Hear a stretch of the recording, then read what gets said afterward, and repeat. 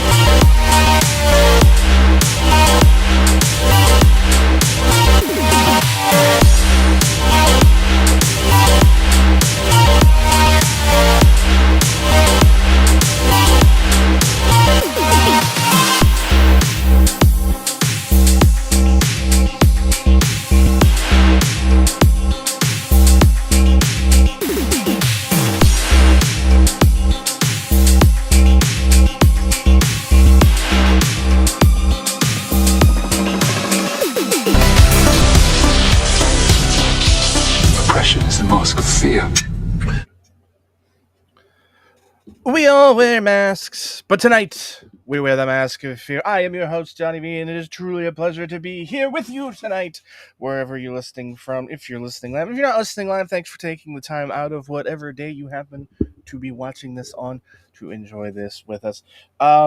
Short show tonight, so we're gonna keep it short. We're gonna keep it things running smoothly tonight. So let's get right down to business.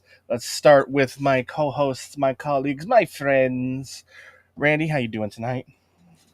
Not doing too bad. It's kind of a big week in the sense of if you're a wrestling fan, you're eating well until at least next Wednesday because there's wrestling on every single day essentially for the foreseeable future, it seems like. And Superman's coming out, so I'm pretty excited about that as well.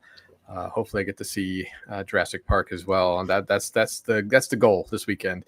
This next weekend is to get in Jurassic Park and Superman. Yeah, it's actually next Sunday. Every night till at least next Sunday, there's wrestling every night. But I digress. Sean, how you doing? It's been a roller coaster of emotions for a variety of reasons, and I'll be excited to get to some level of normalcy next week and return to the normal show. But for now, we have a lot to get to, and unfortunately, not time to get to everything. And today's been a very active day for Halloween news. Maybe not news in terms of what's come to the forefront of for most people, but what's come across our desk, very, very active. So before we get down into the show at large, I want to take a moment to thank our sponsors over at patreon.com/the Mask of Fear. Ryan at Kaulignation, you can get all your NASCAR needs right here on YouTube. Jason at Backtrack Cinema. If you like retro horror, he is your guy. And Jesse's Storytime Spectacular, where he talks about whatever he feels like talking about in the world of pop culture. And of course, thank you to all of our other patrons who aren't at the sponsor to, who are at one of the other 4 tiers available over at patreon.com/the Mask of Fear. Over there, you can check out the first 2 episodes on the Curse of Thorn tier. First one focuses on the early treatments for the Halloween series. Part 2 of that discussion is the second video, and single player options for the Halloween game from when Boss Team Games was in charge of the product. We've also had 2 wrestling episodes and a Star Wars are available. One of them's combined, but yes. One of them. Well, so head on over to patreon.com/the Mask if you're joining one of those tiers, and you can get all of that exclusive content. All right, guys, let's put on our favorite horror masks and jump right into it. Like Sean said, off the cold open after we went off the air last week. The next day, we were bombarded with photos. If you haven't seen them, head on over to the Mask of Fear on X, and you can see them yourself. We're going to take a few minutes here to discuss them. Sean, you want to go first?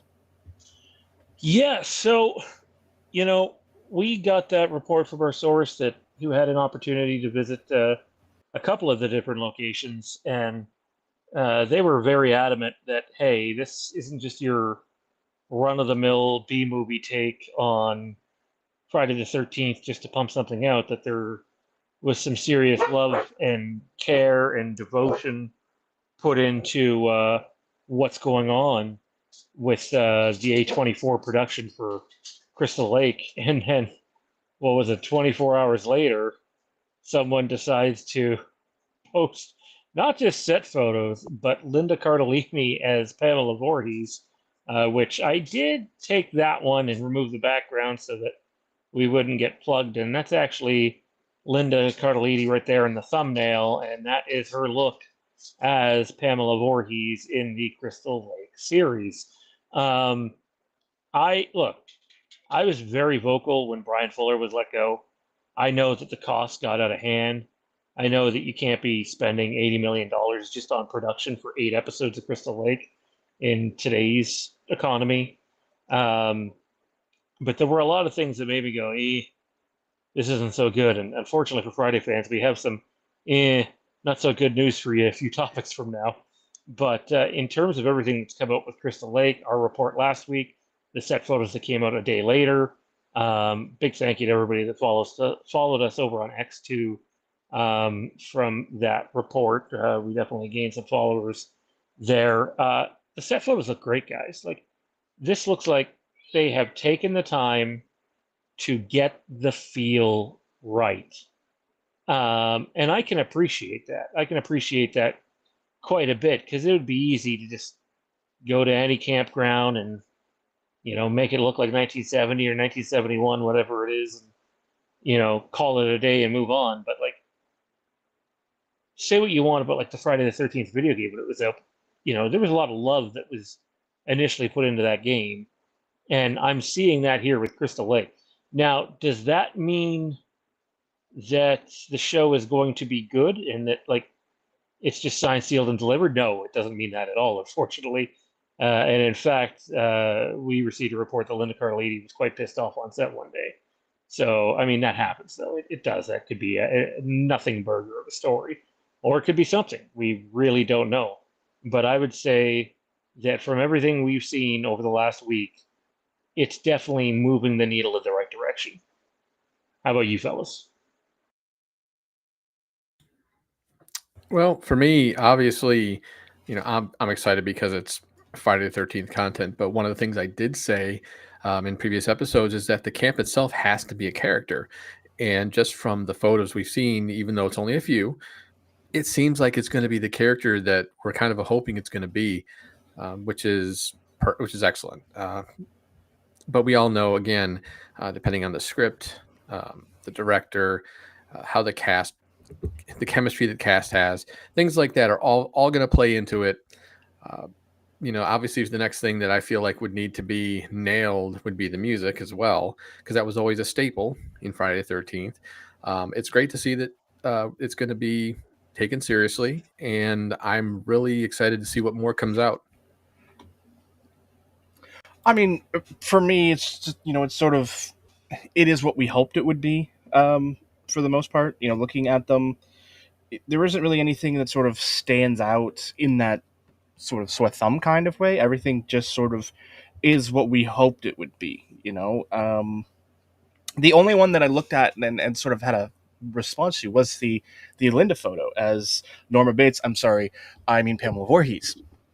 Because that's what I saw. All I saw was Norma Bates from Bates Motel when I saw that photo. It just, I don't know. I was hoping for a more unique look. Something that didn't make me think of another, sort of horror icon character. And I'm hoping that this is just sort of a brief look for her, not a sort of consistent look. But that's just me, and if it's sort of like a one-off thing that's not, a consistent costume for her, then that's fine. It is what it is. It's just, a blue button up with the apron. But it just, to me, I saw it and I was like, that's Norman Bates. Because if you watch Bates Motel, I think it was season 5. There's a photo of her in like the bloody blue button up that looks almost identical to that. But that's just a nitpicky thing, right?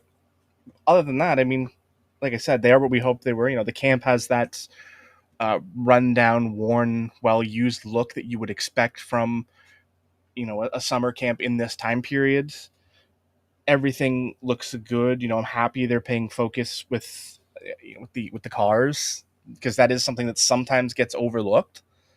And I'm excited for it. I'm happy. I'm happy to see that they're going through all these extra steps as far as the location goes. Because they could have got away with using pretty much anything, but looking at them, they evoke that sort of Crystal Lake feel, especially the cabin. That's the main one.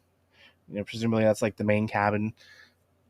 So like it evokes that Friday the 13th feeling and the look, and it helps when they took the photo because the shadows are casting on it in a very sort of a horror-y daytime way, which I like, which bodes well for it. So I'm happy with what I've seen so far, outside of the costume, which right now is nothing, but when you have so little, those little things sort of get chewed up and spit out a lot more than they're actually worth in the end. So, I'm confident that at the end of the day it'll be a nothing burger, but for this being the first look, I would have liked something more original, but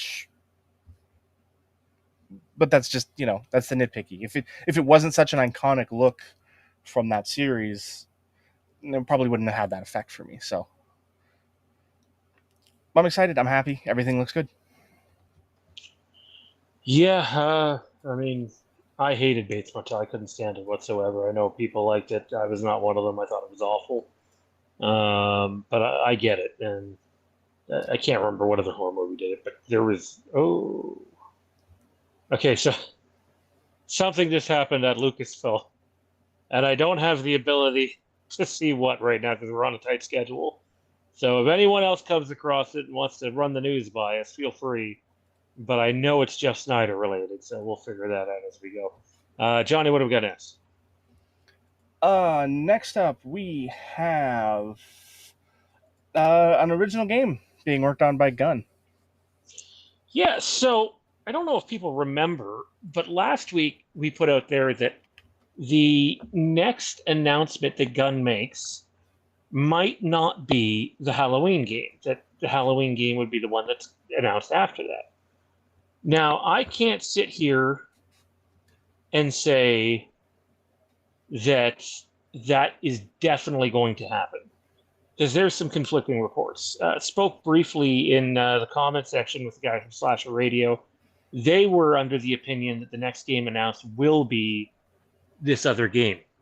Now, they didn't specifically say what that game was, but I can tell you that they are looking on, or they are working on a Dracula game, an original Dracula game. I believe it's called Scout Dracula, but that might have been just a working title. Now, whether that takes a back seat or not to the Halloween game remains to be seen. But here's one thing I can tell you for certain with the Halloween game. And again, if I'm wrong, then I will wear it. But as of today, I have seen actual photographic evidence that Gunn and Kane Hodder are working on the Halloween game. So, unless it's one hell of a Photoshop, and sadly it's not a photo that I can share on here, and unless we're being lied to by someone that's never lied to us before, I would say you can take it to the bank that Halloween, Gunn, and Elphonic are absolutely 100% happening. So that's exciting to some extent. A Dracula game doesn't excite me, and honestly, if there's a bad time to come out with, an original game, it might be right now, given how negative the gun perception is at the moment, and it's quite negative. I cannot believe we talked about it last week. The negative reception to what Gunn has done with Texas Chainsaw Massacre, some of the shenanigans with Friday. It's not good. They're not being regarded very highly at the moment. And to quote Slash and Cast, one of those two fellas said, "You can't really blame people if they decide, you know what, you're not getting any more of my money. You're just not. You don't see projects through, and you don't support them nearly long enough." And that's kind of where I stand. Now, I'll also be the hypocrite that admits they already got my money. They're doing Halloween because it's something that we'll be doing content here for on the channel at the very least, and probably having some fun play parties with them or whatever. But there's a lot going on. I know there's people that absolutely believe the Dracula game is what's going to be announced next, but I sit here and kind of go, and this is a game they've been working on since 2023. I do sit here and go, this thing might have taken a backseat to Halloween. So we'll see which one they announce next, but they are absolutely working on two games at once, possibly even three. But more on that shortly. What are your thoughts on all that? I know there's not a ton there, but a Dracula game, and do you think that would stay the priority over a licensed game like Halloween, Johnny? I mean, again, it all comes down to. I hate using the answer again, but it all comes down to the money. Exactly. It's who's where they can see the most money the fastest, I think, is where they'll put the assets. And I think it's an interesting dichotomy in that Vampires Dracula is free. They don't have to pay anything for that. It's all public domain stuff, so it's not like, unless you're trying to do like specific more recent stories of that, as long as you're sticking to Dracula and sort of those established mythos, then you can free reign. You can do whatever you want. I mean, we could go out tomorrow and make a Dracula movie, and there's nobody that can really say shit unless we try and use stuff that isn't from the original book. But it's going to be interesting to see what it comes down to, is where they think they can get the most money and how much money they have into it already. Like if they've been working on it for, you said since 2023, like that's a couple years of production for a company like this. They could be nearly done. That sounds like tail of the line to me, or end of the line, rather.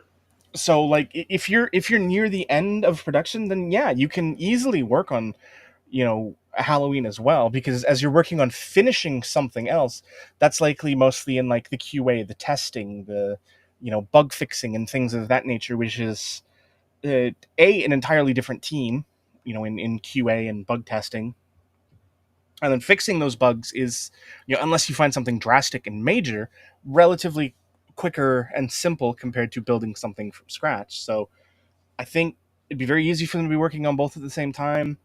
Um, I think the amount of work they've got, it's on how far they are into Dracula. So like it's sort of six of one, half dozen of the other. Um, they've always sort of waited until things are further along before they announce it, which has been beneficial to them in that regard. So it's going to be interesting to see. But I absolutely think they can be working on two projects at once, at least. Especially if they're in differing stages of production, which is, for a smaller company like that, much easier to control rolling productions like that when you're in different stages. So thinking about them potentially doing 2-3 games at the same time, it doesn't surprise me. Obviously, we know in the gaming industry, a lot of AAA studios are very similar in the sense of they cut off their support not even a year to the next release. I'm looking at you, Call of Duty and Madden, because we all know that stuff does happen. So it's not it's not them going against the grain if they're cutting off support early, but unfortunately, because of how long the game should have lasted, it does leave a bit of a bitter taste in everybody's mouth. As far as a Dracula game goes, or even vampires for that matter, it could be the one thing that they can try to show off that says, hey, we can make a good game. Uh, could it happen? Possibly. Will it? I don't know. Unless they're going to put the same type of love and care that they really put into Friday the 13th, it's really hard for me to see that we're really going to get something good. But again, you have to take that wait and see approach. There's a lot to it. Am I excited about it? The Halloween game, yes, just because, we've never had a proper one. And it would be fun to run around as Michael Myers doing stuff. But beyond that, I don't trust them based on things they've done since Friday the 13th. And with that, I just the only reason they're going to get my money again because they're going to put something out for Halloween. That's about it. Other than that, I'm just gonna have to I'm just wait and see what we get out of this other game that they're doing, and maybe I'll be pleasantly surprised. Who knows?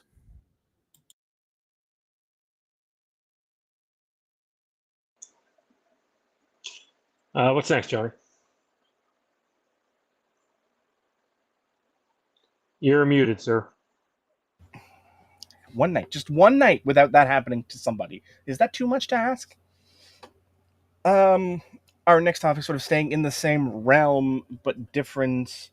Rumors abound of a Friday the 13th remaster. What say you? Well, that's what everyone was wondering about when the Gun rumor about Halloween came out, is everyone thought that Gun was working on a remastered version of their Friday the 13th game.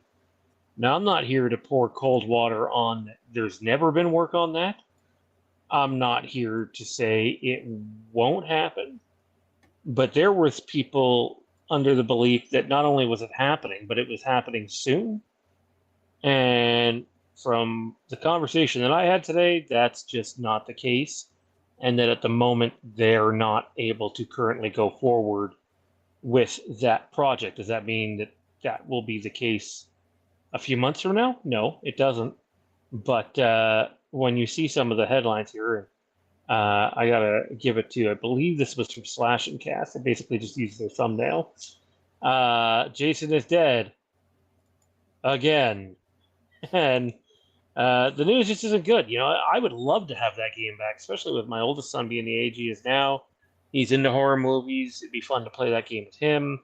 But as of right now, any imminent arrival of a Friday the 13th remastered game is simply just not in the cards.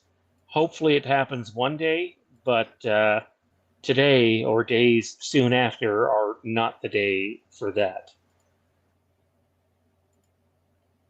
Yeah, I mean, it's something you can hope for, but if you hope in one hand and wish in the other, which one's going to fill up first? Answer, neither. It just, it'd be nice, but don't hold your breath. I don't want to say they've moved on, but they've had to, so as much as that was a passion project for them, is it something that down the road they could come back to? Absolutely. But that's down the road, and that's not the road we're on right now. So I'm gonna be perfectly clear, and pardon my French on this, but fuck a remaster. Turn the servers back on, give us back the game, and give it some proper love that it deserves. We don't need a remaster. We just need the old game back online to where we could actually play it. If they want to do remaster, that's fine. They can do it down the road when they actually have some free time. But for now, do the fans a good service here and try to get your player base back by getting the game back up and running again. That you do that, I guarantee you would see that the fans go out and actually start potentially buying other games that they put out, because it's like, hey, I'm sorry, we didn't want to do this. Game's back. Let's go. Enjoy while we work on these other projects you were waiting for. And to me, that's good PR if you really want to hype yourself up for these other games you're working on. Yeah, I want a remaster just as bad as anyone. I'd take the old game back too. It sounds like that's not as simple as just flipping a switch, though.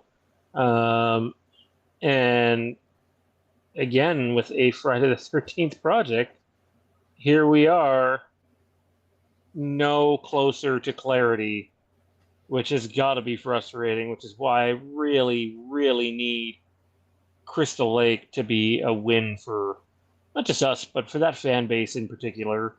Because at the moment, the only reason that franchise is even relevant over the last decade is Womp Stomp Films and the Never Hike Alone stuff. But I will take this moment to say, if you haven't yet, click the thumbs up button. It helps us a bunch. If you're sitting there wondering, should I click the thumbs up button on this video? The answer is yes. It's free to do so. And if you don't do it, Johnny may kill us all. And nobody wants that. So please click the thumbs up button. And if you're interested in bonus content, head on over to patreon.com/themaskofear. As Johnny said off the top, we just released our second episode of The Curse of Thorn, where we dive into what we heard were the single-player game options when Boss Team Games was doing it. Whether they stick or not remains to be seen. I think they will. I could be wrong, but I think they will. And we had a conversation, part 2 of our conversation on the Halloween series early treatments we heard about. And then this one comes out tomorrow. The Halloween's Kill Story, Episode 1. Topics include Paul Rudd, Dr. Loomis, and yes, that very famous year, 1963. We're going to roll through this show pretty fast, so if you want to bring it back to another topic, please feel free to send a super chat in. It helps support the channel. Google only robs us of 45% of it. And yeah, you can do that as well. The other Halloween news today, fellas, is we made mention way back in the early day, or the later days of a soft relaunch of Fandom Empire that 3 of us did before becoming Fandom Nation, and eventually finally rebranding to the Mask of Fear, is we said there was some Halloween literature coming out. I could show you my X inbox right now of 2 very prominent, far more successful content creators who wanted answers about that very topic within the last 8 to 10 months. I won't do that because I don't want to out them, but so this is something we've discussed. And now we finally have an answer as to what that is. It is I believe it's titled, You Can't Kill the Boogeyman, an in-depth look on the 13 movies of the Halloween franchise, behind the scenes, interviews with Daniel Ferris, Dwight H. Little, several others as well. Definitely a book worth getting. It's about 300 pages long. And, if you like the Taking Shape books, I think this will be down that alley. I think the author is William Byrne.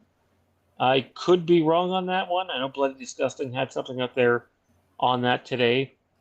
So, yeah, another thing comes to light. It'll definitely be something that I want to pick up and possibly make some content off of here for the channel.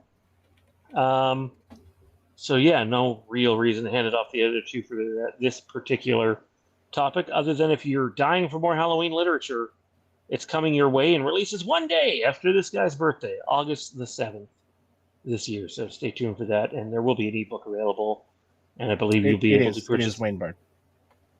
Is it? Okay. Yeah. Oh, Wayne? Sorry, Wayne? Yes. Oh, I said William. So Wayne Byrne. So yeah, be on the lookout for that. It sounds like a intriguing piece, and definitely want to give love to those who do it. I'll reach out to the author and see if we can get them on the channel. Usually people in the Halloween verse are really good about wanting to come on and promote their stuff. Daniel Ferrance came on and promoted a couple of his movies while looking back at Halloween 6 a few years ago. Dustin McNeil's been on here several times as well. So we'll reach out to him, see if he wants to come on and talk about his upcoming project that's less than a month away. What's next, Johnny? That was the last topic in the horror segment, so you got a multiple choice question to send us home with? Yeah, very simple. If you have to choose between getting a Dracula game, a Halloween game, or a Friday the 13th remastered game, which one are you choosing? Are you going with Dracula? Are you going with Halloween? Are you going with a Friday the 13th remastered? Comment down below whether you're in the live chat or if you're watching after the fact, and share your thoughts there. All right, so let's take off our horror masks and put on our fandom mask, whichever fandom you happen to represent. And we only have one topic today. In one of his many interviews relating to Superman... Two. You have one in the notes. We talked about this before the show, but yeah.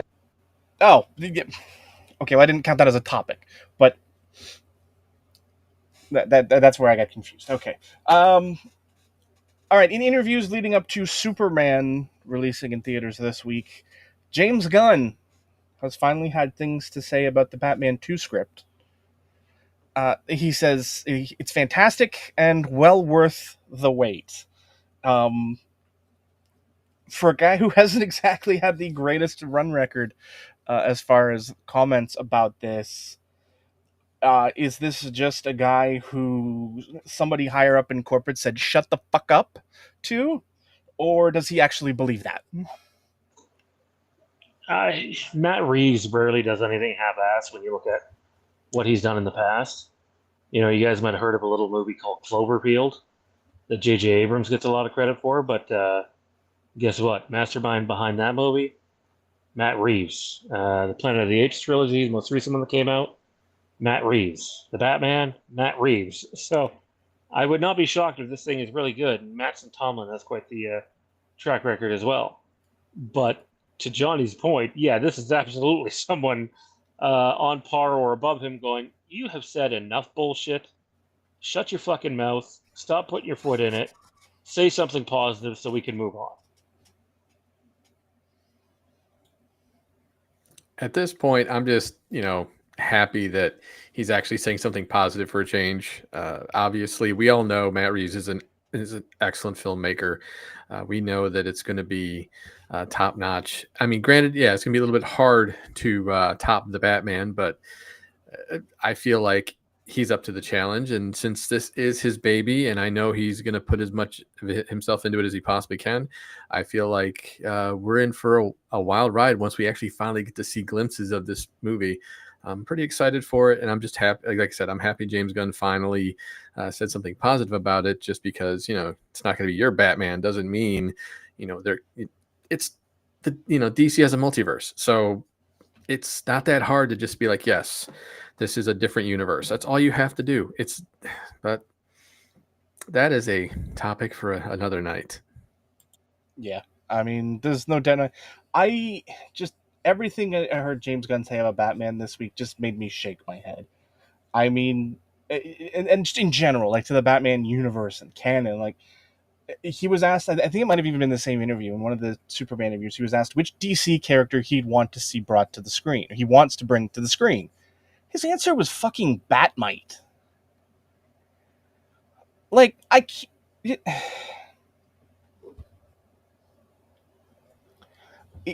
that tells me all I need to know about the forthcoming state of the James Gunn DCU. Um, that's all I need to know.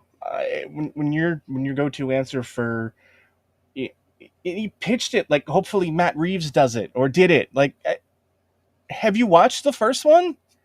Because if you have and you think Batmite would fit in perfectly, I questioned so much about you. Like, it just I don't know. I mean, yeah, I mean, I think it is going to be good, fantastic. I don't know. It depends on the story. There were definitely parts of the first one that I thought were great, and there were parts of the first one that I couldn't quite get behind. So we'll see. The universe itself, I think, has been a breath of fresh air in Batman. Um, but we'll just have to wait and see how the story is told. And I'm sure that it's going to be good, well thought out, and hopefully worth the wait. But only time will tell. Yeah, I've had enough of James Gunn, if I'm being honest. I know someone who's seen Superman, and to paraphrase what he said, it's a fun movie. Is it a good movie? I don't know if I'd call it good. It has really good action sequences. It has a fantastic Lex Luthor, and that the writing is downright terrible, and the movie is overly convoluted. But somewhere in there is actually a really fun, genuine comic book adaptation. So it sounds like a mixed bag, which I don't think is a bad thing. But then you had James Gunn coming out there being like, if this movie doesn't make 700 million, it doesn't mean it's a failure. Like, one, why are you even making comments like that? That's damage control already. And two, the movie needs to make about 550 million just to break even after marketing. Just to break even.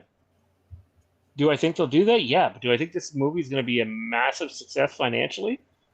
There's no reason to believe, given past Superman track record over the last couple of decades, that it will do that. It's a damaged brand that needs rebuilding, and much like Star Wars. And I just don't know if this is a good first step. We'll see. I'll have a better idea come Friday. There are things I'm intrigued about and looking forward to, and there are other things where it's just kind of like, what the fuck are we doing here? All right, we have one more pseudo topic. This is another one that's all you. Jurassic Park, new movie in theaters last week. You had a chance to see it this weekend. So, Sean, tell us about it. So let me preface this by saying I know Dustin's in the chat right now, and none of this is directed at his earlier comments made in the chat, but rather what I said off the top. Anything negative, for the most part, I've seen about this movie is, well, it's not as good as the first Jurassic Park movie. It's not close to the first Jurassic Park movie. Why isn't it the first Jurassic Park movie? And it's just like, what? Do you know what would happen if we compared every Star Wars movie that came out to either A New Hope or Empire? It wouldn't be good, I'll tell you that. Do you know what would happen if you compare every Batman movie from now on to, say, The Dark Knight? Like, it has to be The Dark Knight or it's no good? There are some downright crazy expectations on not just this movie, but franchises in general. And I think if you're not willing to go into it with realistic expectations, for the most part, when you come out of this thing, you have no one to blame but yourself. Have realistic expectations going into it.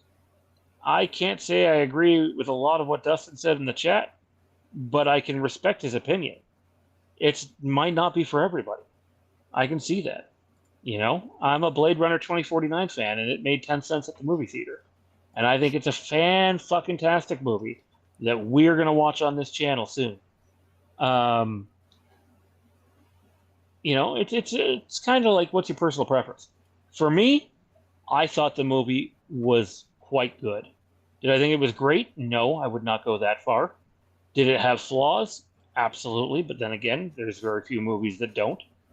Um, I talked to Zach Arnold about it, and he mentioned to me that he was having a tough time figuring out how to decide what he thought of the movie. He was struggling with it, and he said he broke it down into, you know, the four categories that we used to do for Flixbusters. You know, you give 25 between score and sound design. You give 25 between acting and directing, and then you get 25 just on like cinematography and visuals and stuff, and then the last 25 being your general enjoyment of the movie. And for me, the acting in the movie is just fine. You know, the writing is a little surface level. The story itself is a little surface level that you don't really get a proper payoff to at the end. There's some stuff that happens in the movie that makes you go, okay. Like in wrestling terms, a big bad dinosaur definitely jobs bad in this movie when it's incapable of not just killing people, but breaking an object that should be breakable that somehow it didn't break. He jobs bad. He jobs worse than CM Punk's job in the last friggin' 8 months, which is a lot. But the movie's also fun.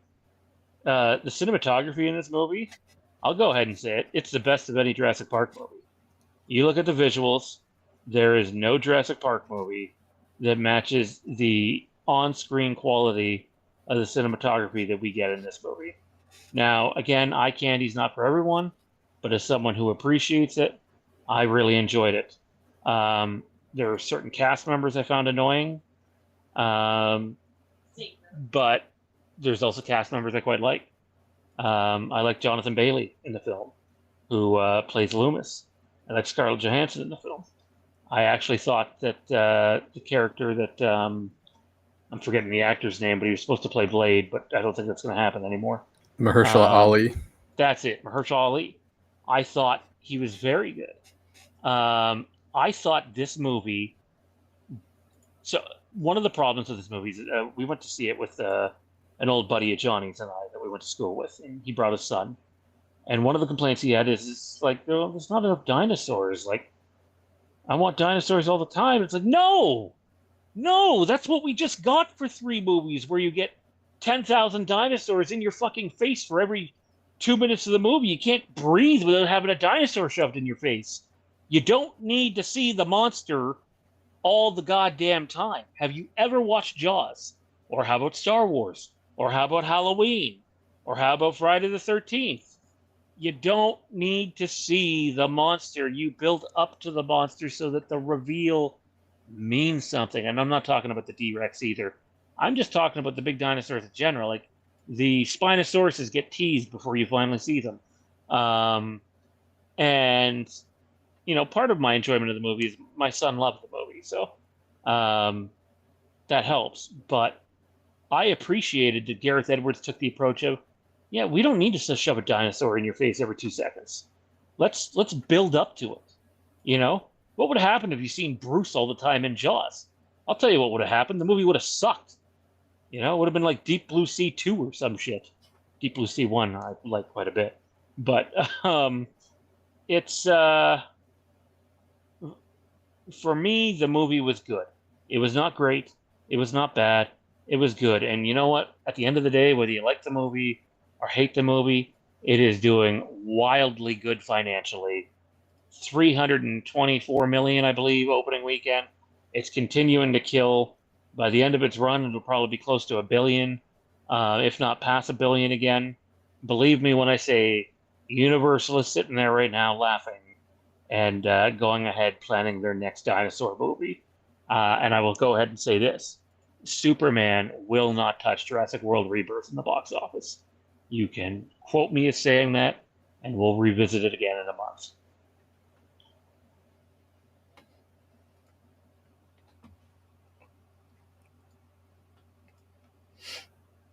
All right. Hey! I'm not saying bad things about Deep Blue Sea. Deep Blue Sea's got Thomas Jane. I love Thomas Jane. He's my favorite Punisher. It also has pardon me, not Ronnie. LL Cool J. Sorry, Halloween on my head. He's great in that movie. I love Deep Blue Sea. Now, there's a bunch of other shark movies I think are fucking terrible. I'm also someone that believes there's no good Jaws movie after the first one. It's because there isn't. Some people love to. I don't get it. Well, some people are wrong. No, but seriously. All right, let's move on to our next topic before Sean starts slandering any other animal-related films. Let's take off our generic fandom mask. Let's put on a Star Wars mask. Do I need to bring up Zombies? We do not. Because I will. Zach Arnold still owes me time on my life for that. You have to let me know if you ever get that back. I'll keep trying. All right, let's move on to our Star Wars masks. We know that production is well underway, and season 2 of Ahsoka is beginning to shape up. What do we know? What do we think? What do we feel, Sean? Well, I do know that they brought in a director who had worked on Westworld, had worked on the Penguin, so they're looking for talent. We do know that they've already made the big step of downsizing on the volume, not being overly reliant on it.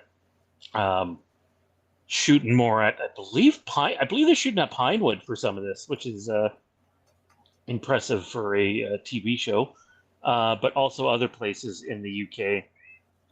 I'm not saying that the volume doesn't have good uses, because I do think it does. I think there are specific areas you can use that in and have it make sense. Like they use the volume for a good chunk of the Ahsoka Anakin stuff during that one episode, which I think that's exactly where I think you need to be with the volume. But if you do your whole damn show on the volume or a backlot like Obi-Wan, you're going to get what you paid for. Shit quality. And I think they're going in the right direction with that. Obviously, Rory McCann coming in as Baylan Skoll. I did get a sneak peek of what his current look is. They've done a good job of getting him looking quite a bit like Baylan. Really excited to see what he can do with the role. I know it means a lot to him. I think it just happened to be fate that him and the late Ray Stevenson were actually buddies. Never would have put those two together as friends, but apparently that's a thing. And, I think the more talent you bring into this project and the more pressure you can take off Filoni and just allow Filoni to focus on the treatments and some of the writing, it will allow the show to be better. Another area I'd like the show to be better in, and I don't know if it will or not, is costume design. I thought some of the costumes in season 1 look really cheap and not great. So I hope that's an area that gets improvement, even if it doesn't fall in line with the exact look of season 1. And then I also seen a new image of the fellow playing Ezra, who's gone back to more of a, because he's not been abandoned, he doesn't look like a big scruff. He very much resembles a Ezra hairstyle from the first couple of seasons, and he's clean shaven. And so Ezra is obviously going to have a significant role to play in this season. So my guess is, when it comes to Ahsoka season 2, I'd like to hear what you guys think. But also, I'd like to go back and rewatch that series soon. I don't think I want to wait all the way till right before the show like we did with Andor, just because you're going to be going from the Mandalorian and Grogu basically right into Ahsoka, one after another next year. So I think the movie's going to take up a lot of our attention. But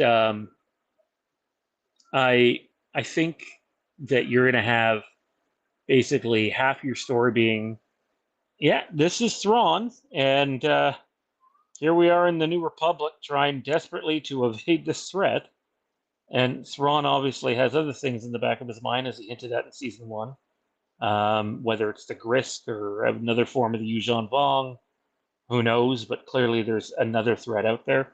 And then you're gonna have Ahsoka and Sabine with the with Anakin and the Mortis stuff. And I spoke with a very reputable Star Wars leaker in the last couple of weeks who is adamant that Ewan McGregor is in season 2 of Ahsoka. So whether that's a flashback or we're going to get his take on an older Obi-Wan Force ghost, I think given how season 1 went, both are on the board.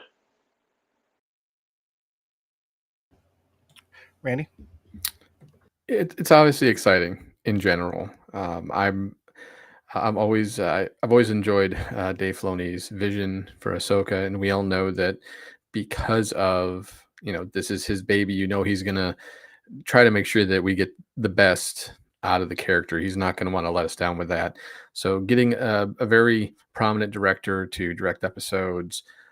But let's also keep in mind that this director also has done very well with almost with dark, kind of gritty TV as well. So that doesn't mean we're going to get that with Ahsoka, but at least because of say with some of the Clone Wars flashbacks we got, it's always possible that we could get something very very serious, very dark in tone because of that sort of thing.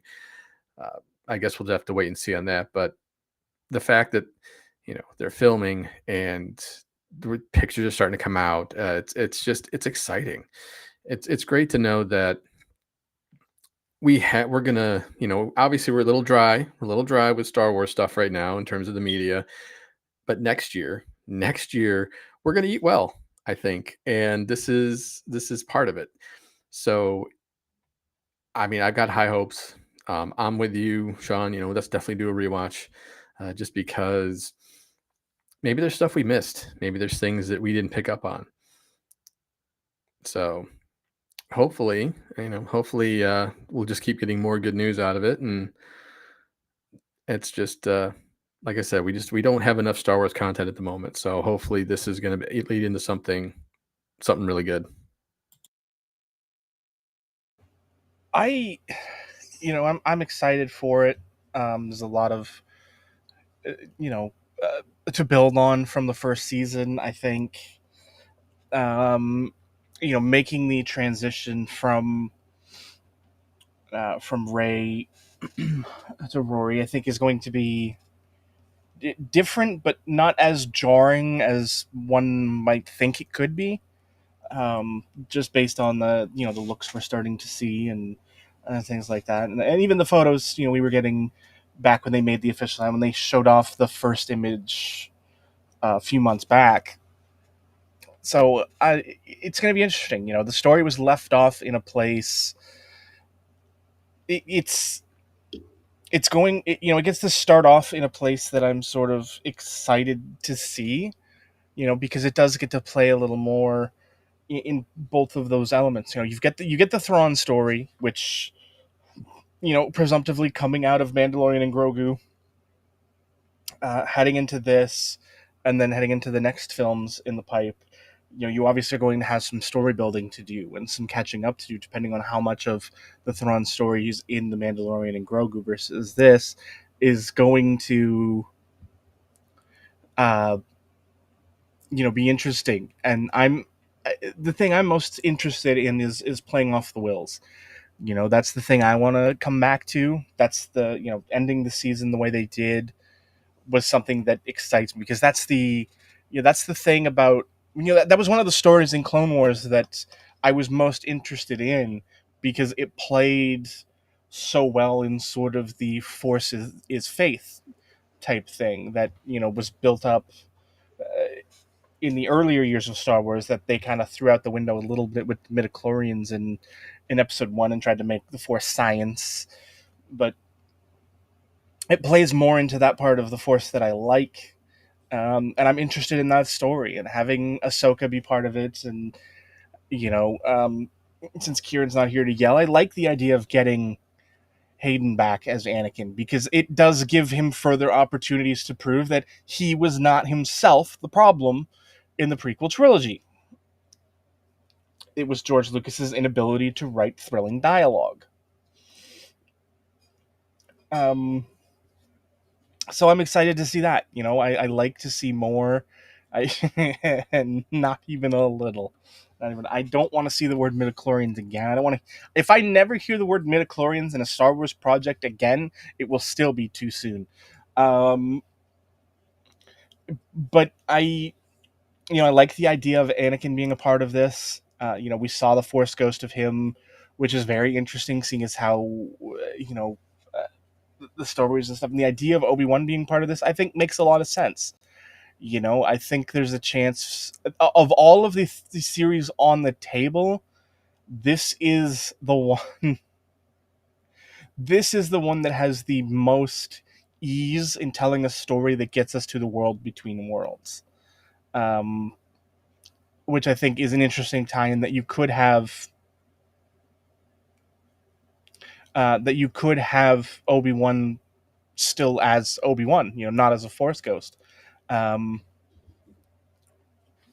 actually sort of have him playing off that in the world between worlds, and it's interesting. I like the idea of that. I like the possibilities of that, and I'm interested to see how they get back.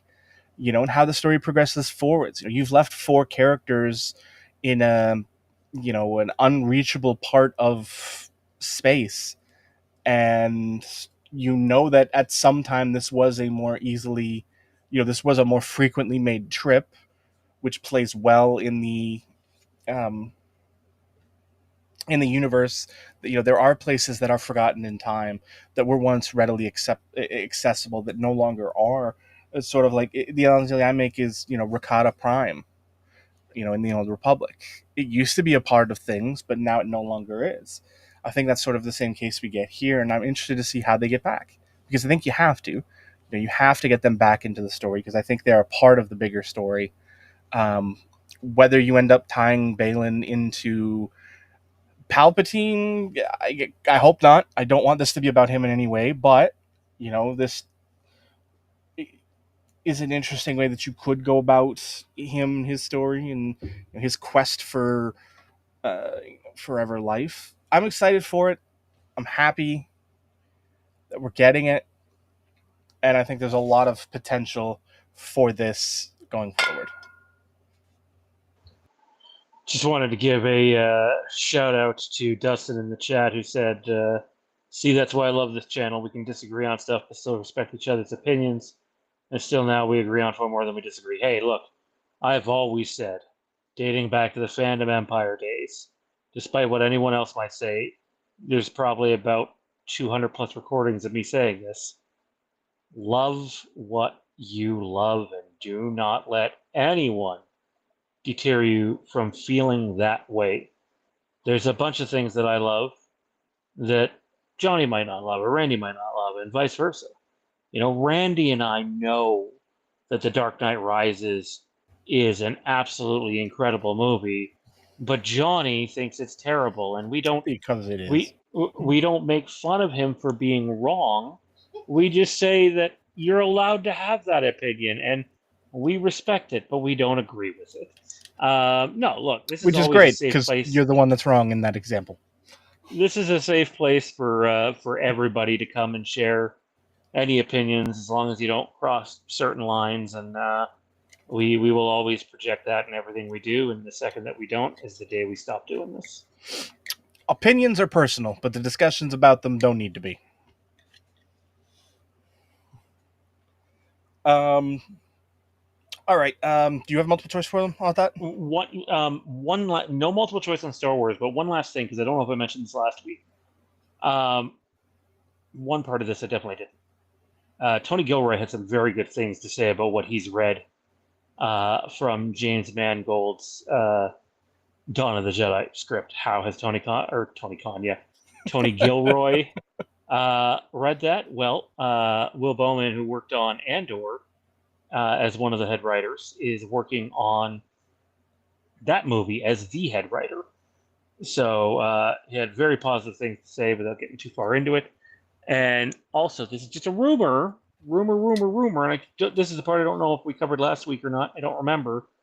But see, Joel loves Jaws 2. I don't love Jaws 2, and I certainly don't love Jaws 3 or Jaws 4. But if Joel loves it, that's all that matters. Joel's also a huge Jamie Lee Curtis fan. I think she's a wonderful actress, but I think she never needs to be involved with Halloween again. I know Joel and I disagree on that regard too, and we're allowed to do that. This will always be a place that you can express yourself in that way. Here's a rumor. Ricotta Prime is apparently in the movie. We will see, but if you don't know what Ricotta Prime is, something tells me you haven't played Knights of the Old Republic. Or listen to us for long enough to wax poetic about it.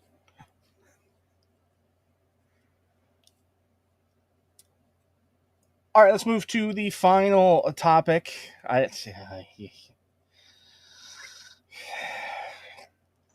As Randy stated, gives it back to you, the people. Please don't. Oh god, that's like the. You know what? No, we're not doing that. We're on a time crunch. We got places to be, things to talk about, yes, and topics to go. So we're not going to do that. But one day, that film will have its reckoning on this channel. That day is not today. All right, let's move on to our last topic. As Randy stated off the top, it is a big, long period for wrestling. Where if you watch, all of the, I'd say, big three, WWE, TNA, and AEW, you have wrestling every night of the week until next Sunday, in one form or another. And this has been true since last night. So I guess everything from Monday to next Sunday, it is a full, almost 2 full weeks wrestling every night. So let's move on. This Saturday night's main event. That is your main event. God help us all. Let's just estimate. The only question anyone really has: is Triple H that stupid? When you frame it like that, my answer might be different.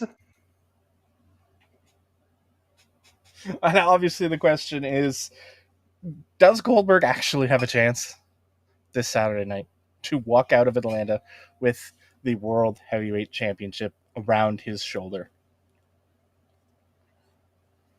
I went into this topic saying no, duh, and then the way you just framed that question made me go, God, no, please, no.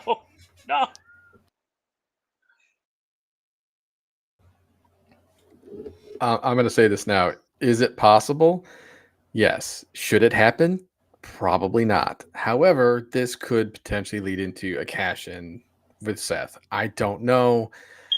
But it's Goldberg, right? We didn't think he really stood a chance against Lesnar, and they did the whole, hey, the match is over in less than 3 minutes. He spears him, jackhammers him, end of story. So is it possible? Of course it is. Should it happen? No, it really shouldn't. This really should be Goldberg's final match. That's the right answer. It's the right answer, but is it the correct answer? And that's an entirely different discussion. I think, God, I hate myself for saying this, but I genuinely think there is a high possibility of this, so that Triple H can be sure that the topic most talked about in the pro wrestling world on Sunday is that. He wants to do anything, like if the goal, which seems to be as much as it can be, to box out AEW in all forms, what better way than to do this? Because if this happens, everyone's talking about it on Sunday. It doesn't matter that, it doesn't matter if Mox and Hangman go out there and put on a 10-star match in the Tokyo Dome. It does not matter what happens at All In. The thing everyone's going to be talking about on Sunday is Goldberg is the champion, and it's 2025. God help me, I think it's going to happen. Well, I'm not someone who believes all press is good press, and if he wants to be that stupid, then he will really shoot himself in the foot, because if All In is damn good, and all people are talking about with WWE is the fact that they were stupid enough to put the title back on that bald fuck, even if it's just to retire, then kudos to AEW, because WWE will once again have missed the boat. And let me tell you, if WWE is the boat, the iceberg is coming. We're giving you plenty of notice. There's time to turn out of the way. The question is, will they? I don't think so. I really, I hope. Never in my life have I wanted to be more wrong than I feel right now. But I genuinely feel like Triple H comes from that. All press is good press, and it's going to hurt them long term. And I'll genuinely say it. I think it marks the end of Gunther as a star in WWE until he walks out the door and likely goes to AEW, where he can have 5-star matches with guys you never imagined possible, and reminds the wrestling world that, hey, I am in fact one of the best to do this, and you ruined it. Just like they did. Yeah, Well, not I wouldn't necessarily count just, on but that it's happening. different. But which part? Him leaving part? Because I think Him leaving. He just signed a big contract extension earlier this year, so. Yeah, but I only think it was a couple of years. Still, He'd still be I in his don't know. prime. Like, that's the thing. Gunther is young. I don't know. We'll have to save that for a topic for another day while we get ready to wrap this thing up. Thanks for joining us tonight, everybody. Really appreciate everybody's efforts. Sorry for the short show. We'll be back at a regular time next week. So stay tuned for that. Again, if you're interested on supporting the channel, the number one way to do that is heading on over to Patreon, patreon.com/The Mask of Fear. 2 episodes of The Curse of Thorn are up. Multiple videos for the Squared Circle Rebellion are up, including today our Night of Champions review went up. Tomorrow, the first video for the Legacy of Halloween tier goes up, so be on the lookout for that. Lots of Patreon content. And when we talk about redoing Ahsoka, well, we might do like some reviews live on the channel. If we're going to do like watch parties of it, which I'd be for, that might be a Patreon exclusive. I don't know. That's something Randy and Johnny and I can discuss. It's something I'd like to do soon, frankly. But especially during a slower time for Star Wars. But we'll have to wait and see. Don't forget to like, comment, subscribe, turn notifications to all to keep up with everything that we're doing here. And a big shout out to our channel sponsors. As always, without you, we wouldn't be here, and our patrons. Randy, you want to throw a plug, and we'll let Johnny take us home after that. Well, you can find me over at X at Giggity Giles, obviously here every week. For those of you that have been listening or watching our Patreon content, truly thank you. And I am actually working on trying to set myself up with a Twitch account to actually start streaming stuff through my PS5 here. So once I have more information on that, I will make sure to put it out there. Well, now we know where we'll be able to find midichlorians in the game. Not just on Bros Before No, Pros. Bloody hell. Absolutely not. But on Randy's thing as well. Johnny, take us home, brother. You'd never see that on my channel. Hey, let me put it this: midichlorians is a banned word on my channel. Okay, I'm saying that right now. If I haven't set that filter up already, I will be doing it next time I log into it. Anyone who comes to my chat says midichlorians, immediate ban. No, but you can catch me here, there, everywhere. Here every Tuesday night, twitch.tv/Bros Before Pros. When we have something to talk about, I'm hoping to get an alpha key for a game I really want to play. But I'll have to wait and see if I get one. All right, guys. We'll have more Knights of the Old Republic play-alongs too. None this week, but once we hit next week, you're probably looking at a couple every week. All right, so there you have it, folks. Like we said, like, subscribe, comment, all that stuff down below. Help us out with the algorithm. If you want to contribute on another level, head on to patreon.com/The Mask of Fear. You can be a sponsor or join at any of the tiers you want. Get exclusive content over there. Like Sean said, next Tuesday night, back to your regularly scheduled program. Bing. And we'll see you next week. So long, and good night.